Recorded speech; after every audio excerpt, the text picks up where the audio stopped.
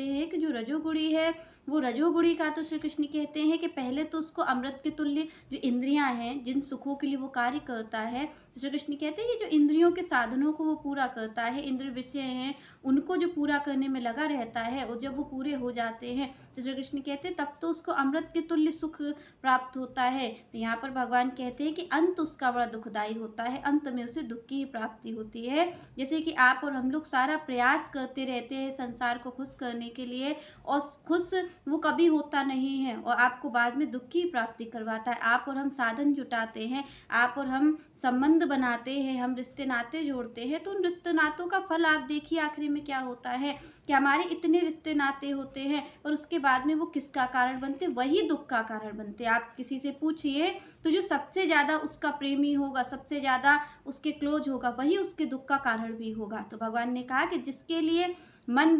के हिसाब से जो व्यक्ति चलता रहता है, इंद्रिय सुख को इकट्ठा करता रहता है, तो श्री कृष्ण कहते हैं वो जो सुख है ना, वही उसको दुख प्रदान करते हैं, उसी से दुख की प्राप्ति होती है। क्योंकि आप और हम देखिए कि पहले जब संबंध जुड़ता है किसी का भी, आप देख लीजिए,